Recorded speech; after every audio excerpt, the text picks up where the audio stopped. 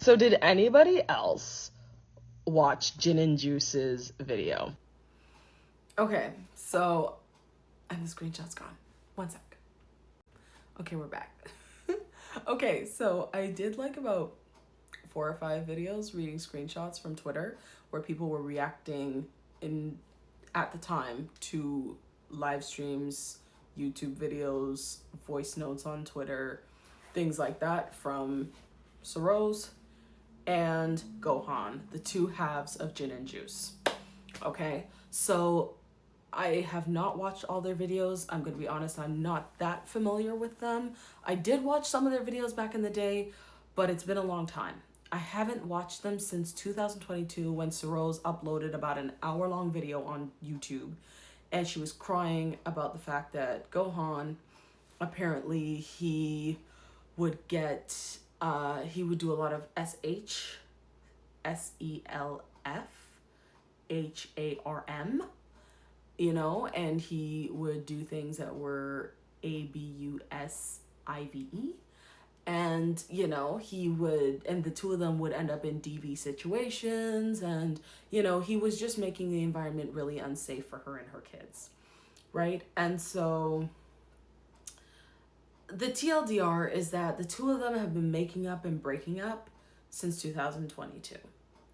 The two of them had, and probably even before that, but the one that went the most viral was 2022 when she posted the divorce video letting everybody know that they were done, they were broken up, that he abandoned her, that he ran off to Korea without her and without the kids, and apparently he took $1,600 with him, which, to be honest, if they were making money like most YouTube couples were, $1,600 is really not that much money. But he probably should have cleared it with her before pulling the money. Maybe she could have needed it. And he apparently allegedly also took the children's passports with him. The one issue with him leaving the country, there's multiple issues with him leaving the country. One, he had a family in America, and to just abandon them all and go back home is crazy. So that's one. Two, if he was planning to stay with Sarose, if he was coming to the United States to stay with her, he probably was trying to work towards a green card, and he probably ruined that process. What was the other thing I thought to say? Give me 1 sec to collect my thoughts. Oh yes, I figured out what I wanted to say. So the other crazy thing about him going back to Korea is that Korea has mandatory military service. I can't remember how old you have to be in order to participate in Korean military service, but once you're between a certain age, once you land back on Korean soil, you're like immediately conscripted into the army. And so that's probably what happened to him, and that's probably why we haven't heard from him in a hot minute, because he's been in the military. But yeah, there were a lot of messy videos that happened between him and her all throughout 2022. In 2024, from what I can tell from these screenshots, they posted a video on on YouTube that was titled Back Together, and they disabled the comments. And since then, they have also made up and broken up several times in 2024 as well as 2025 earlier this year. Which leads us back to this video. This video dropped on their channel today, where they basically wanted to give us an explanation of everything that's going on. And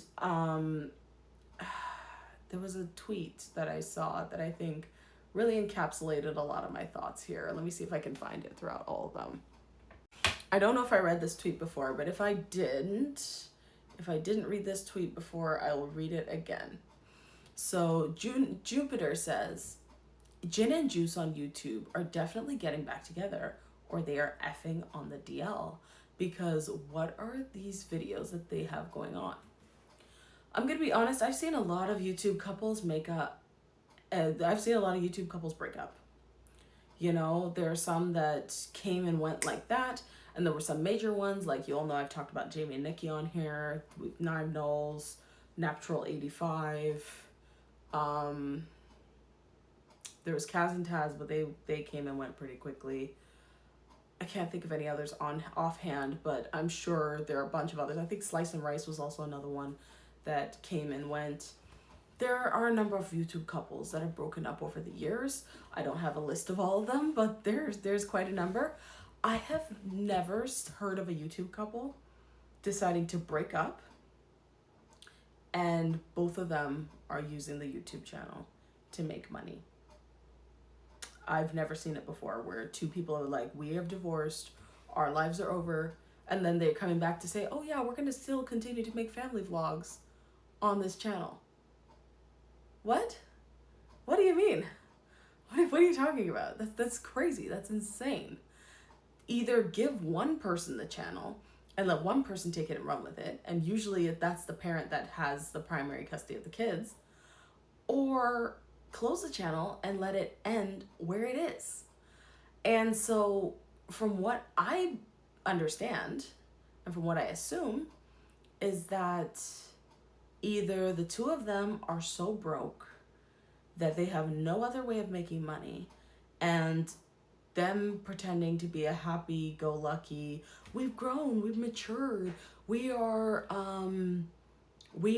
past all the old drama stage and embark with us on this new chapter. Either they decided that, you know, the YouTube money's just too good, they can't pass it up, or they are actually back together again and back to the nonsense. I'm sorry, but let me take the screenshot down. I think you guys have gotten the gist of it. I'm sorry, but as I watched that video with Jin and Juice, with Saroz and Gohan, I was deeply uncomfortable watching that video. Like, part of me wanted to scream because I was sitting there like, you're literally peeing on our legs and telling us it's raining. Like, they're literally looking at us and being like, and they're using all the therapy speak of how they're healed, of how they're matured, and how they need to put the bitterness aside, and how they should have brought all this to the public square. And yes, they're probably right. They should have probably resolved things offline. But at the same time, they give us a very unique view into what happens behind the scenes on YouTube. Whereas you think this is a happy-go-lucky couple, and meanwhile, on the other hand, you have somebody in the house who has PTSD and is traumatizing everybody else in the house when the camera's off, you know? And to me, I'm just sitting there, and there's a expression that goes, fool me once, shame on me, fool me twice. Sorry, it's fool me once, shame on you, fool me twice, shame on me. And I just want to know, how many times does Saroz have to be humiliated by this man?